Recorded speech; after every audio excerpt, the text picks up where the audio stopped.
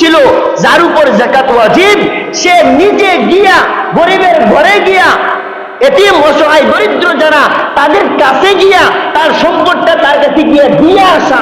কারণ গরিবদের জন্য আপনার যাকাতের টাকা নেওয়া জরুরি না, কিন্তু আপনার তাদেরকে দেওয়া জরুরি। যাদের উপর যাকাত ওয়াজিব তাদের জন্য এটা দেওয়া জরুরি, গরিবদের জন্য নেওয়া কিনা জরুরি না। তাহলে দরকার বেশি কার? যার উপর ওয়াজিব হয়েছে তার নেওয়ার হকদার তার। বলেন জরুরি কার? যার উপর ওয়াজিব হয়েছে তার দেওয়া। কিন্তু আমাদের চিত্র হয়ে গেছে ভিন্ন। আমরা এখন যার যে অসহায় দরিদ্র, সে যে দিয়ে আসার কথা ছিল তার বাড়ির সামনে গিয়ে এখন আমাদের লাইন ধরতে হয়।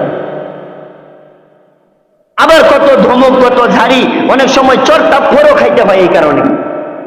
মুহতারাম হাজিরিন, এই জন্য যাদের সম্পদ আছে, আল্লাহ তাআলা আপনাদের যাদেরকে সম্পদ দিয়েছে, সুন্দর হিসাব করবেন এবং এই সম্পদের একদম সুষ্ঠু হিসাব করে যে পরিমাণ যাকাত আসবে সেই পরিমাণ যাকাতই আপনার পরিপূর্ণভাবে দিয়ে দিতে হবে। যখন আপনার পরিপূর্ণ যাকাত আপনি আদায় করবেন, তখনই আপনার সম্পদ পবিত্র হবে, তখনই আপনার সম্পদ হবে একদম নিরেট, আপনার জন্য বৈধ সম্পদ। আর যখন আপনার যাকাত আপনি পরিপূর্ণভাবে হিসাব করে আদায় না করবেন, যদি 100 টাকাও যাকাতের টাকা আপনার নিজের সম্পদের সাথে মিশ্রিত থেকে যায়, তাহলেও আপনার যাকাত কি হবে না? পবিত্র, আপনার সম্পদ পবিত্র হবে না। তো যাকাত দিবেন কাদেরকে? যাকাত দিবেন গরিবদেরকে, যাকাত দিবেন মিসকিনদেরকে, যাকাত দিবেন এতিমদেরকে, যাকাত দিবেন আল্লাহর রাস্তায়, যাকাত দিবেন যারা মুসাফির তাদেরকে, যাকাত দিবেন যারা আল্লাহর রাস্তায় জিহাদের মধ্যে আছে, আল্লাহর দ্বীনকে বিজয়ী করার জন্য, আল্লাহর দ্বীন কায়েমের জন্য যারা জিহাদের ময়দানে কাফের মুশরিকদের সাথে, ইসলামের বিরোধী যারা, তাদের সাথে যারা যুদ্ধে লিপ্ত আছে, তাদেরকে কি করতে হবে? যাকাত দিতে হবে। মুহতারাম হাজিরিন, তো এটা নিয়ে যাকাত আমরা কাদেরকে দিব পরবর্তীতে একদম স্পষ্টভাবে আলোচনা করার চেষ্টা করব। যদি জুমায় না হয় তাহলে অন্যান্য যে কোনো নামাজের টাইমে, প্রত্যেকদিন তারাবি আছে, তারাবির আগে আমরা একজন একজন করে যাদেরকে যাকাত দেওয়া যায় সেটা নিয়ে আলোচনা করতে পারবো। তো এখন অল্প সময়ে শুধু যাকাত যারা ওয়াজিব হয়েছে, সম্পদের মালিক হয়েছে, কিন্তু যারা তারা কি করে না? যাকাত দেয় না, দিলেও পরিপূর্ণ দেয় না। আসছে 50 লাখ, দিছে 5 লাখ, দিছে 5 লাখ, তার উপর যাকাত আইছে 20,000, কিন্তু হ্যাঁ 5,000 দিয়ে তার যাকাত শেষ। এমন সবার উপরে কি আর 5 লাখ আইব, 50 লাখ আসবে? কারো উপর তো যাকাত তার সম্পদ অনুযায়ী 5,000 টাকাও কি আসতে পারে, যাকাত আসতে পারে। যার সম্পদ যে পরিমাণ, তার উপর যাকাতও তো সেই পরিমাণ। তো যারা যাকাত দিবে না, আদায় হয়েছে তারপরেও দিবে না, আল্লাহ পাক রব্বুল আলামিন তাদের ব্যাপারে বলেন, والذين يكنزون الذهب والفضة ولا ينفقونها في سبيل الله فبشرهم بعذاب أليم। আল্লাহ পাক রব্বুল আলামিন বলেন, والذين يكنزون الذهب والفضة, বান্দা আমার, যারা স্বর্ণ আর রূপা, আগেকার যুগে তো স্বর্ণ রূপার প্রচলন বেশি ছিল, এই কারণে কুরআন এবং হাদিসে দিনার দিরহামের কথাই বেশি বলা হয়েছে, স্বর্ণ রূপার কথা বলা হয়েছে। কিন্তু এখন তো আর দিনার দিরহাম চলে না, টাকা পয়সা চলে।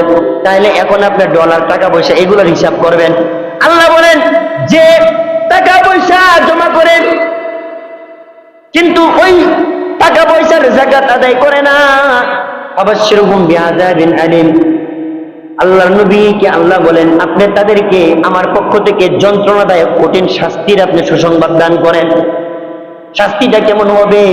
সম্পদশালী যারা আছেন, যাদের উপর যাকাত ওয়াজিব, আপনারা একটু মনোযোগ দিয়ে শোনেন, কারণ এই ইবাদতটা যেহেতু আপনাদের সাথে সম্পৃক্ত, আপনাদের মনোযোগ দিয়ে শোনা দরকার। শাস্তিটা কেমন হবে?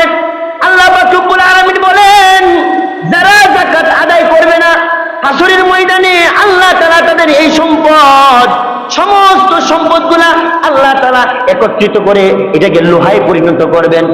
ইয়াউমা ইউহমা আলাইহা ফি নারি জাহান্নাম, সেই দিন তাদের এই সম্পদটাকে আল্লাহ তাআলা জাহান্নামের আগুনের মধ্যে আল্লাহ তাআলা জ্বালাইবেন, গরম করবেন।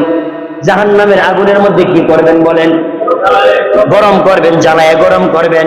জাহান্নামের আগুন এটা হইল দুনিয়ার আগুনের চাইতে আরো 70 গুণ বেশি শক্তিশালী, বেশি তেজি। তারপরে কি করবেন?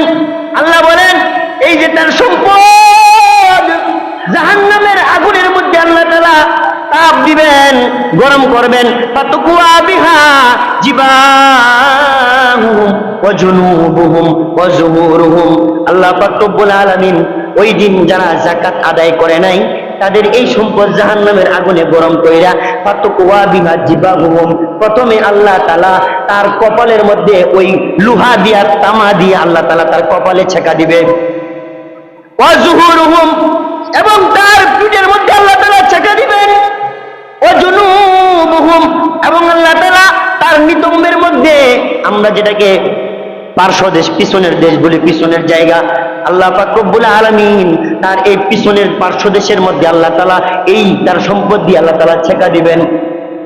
সাথে সাথে আযা মা কানাসতুম লিআনফুসিকুম, আল্লাহ বলবে এই দেখো দুনিয়াতে তোমরা তোমাদের নিজেদের জন্য যে সম্পদ তোমরা জমা করছিলা, যাকাত না দেওয়ার কারণে, এই সম্পদের কারণে তোমাদের এই শাস্তি পাইতে হইছে। তাহলে যারা যাকাত আদায় করবে না, আল্লাহ যাদেরকে সম্পদ দিছে তাদের এই সম্পদ হাসরের ময়দানে আল্লাহ উত্তপ্ত জাহান্নামের আগুনে গরম কইরা তাদের কপালে ছেকা দিবে, তাদের পিঠে ছেকা দিবে, তাদের পিছনে ছেকা দিবে। এইভাবে ছেকা দিয়া দিয়া এটাই শেষ না, না, তার পুরা সম্পদ আল্লাহ পাক রব্বুল আলামিন হাদিসের মধ্যে আল্লাহ রাসূল সাল্লাল্লাহু আলাইহি ওয়াসাল্লাম বলেছেন, মান আতাউল্লাহু মালান, যাকে আল্লাহ মাল দিছে, ফালাম ইউআদ্দি যাকাতাহু, যাকাত আদায় করে নাই, মুসতিলা লাহু মালুহু ইয়াউমাল কিয়ামাতি সুজাআন আকরাউ লাহু যাবিবাতানে, এই সম্পদ হাসরের ময়দানে আল্লাহ তাআলা চোখের উপর কালো দাগওয়ালা, মানে খুবই বিষাক্ত, খুবই বিষাক্ত সাপে পরিণত করবে। সাপে পরিণত করার পরে ওই তাওয়াকুহু ইয়াউমাল কিয়ামা, কিয়ামতের দিন তার ঘাড়ের মধ্যে পেঁচায়া, গলার মধ্যে পেঁচায়া দেওয়া হবে। হ্যাঁ, গলার মধ্যে পেঁচায়া দিবে। সুম্মা ইয়াখুযু বিলিহজিমাতাইহি, এরপরে এই বিষাক্ত সাপ তার দুই চোয়ালের মধ্যে কামড় দিয়ে ধরবে, দংশন করবে এবং বলবে আনা মালুকা আনা কানজুকা, নাফরমান, আমি তোর সম্পদ, আমি তোর স্বর্ণ, আমি তোর রূপা, যেগুলার যাকাত না দিয়া তুই জমা করছিলি ব্যাংকে, আমি তোর সেই সম্পদ আজকে আমি তোরে দংশন করতে করতে জাহান্নামের অতল গভীরে তোরে পৌঁছাইয়া দেব। নাউজুবিল্লাহ কইবেন না? মুহতারাম হাজিরিন, এই জন্য আমাদের যাদের উপর যাকাত ওয়াজিব হইছে, আমরা যারা সম্পদ আছে, আমরা সম্পদের হিসাব করব। হিসাব করার পরে যদি দেখি যাকাত ওয়াজিব হয়ে গেছে 52.5 তোলা রূপা, 7.5 ভরি, 7.5 তোলা স্বর্ণ, এর সমপরিমাণ টাকা পয়সা বা অন্য জিনিস সবকিছু মিলাইয়া জিলাইয়া হয়ে গেছে, তাইলেই আপনার উপর কি হবে? যাকাত ওয়াজিব হয়ে যাবে। আর ওয়াজিব হইলেই সাথে সাথে কি করবেন? যাকাত আদায় করে দিবেন। আল্লাহ পাক রব্বুল আলামিন আমাদের সবাইকে পরিপূর্ণ সম্পদের যাকাত আদায় করার তৌফিক দান করুন। আল্লাহ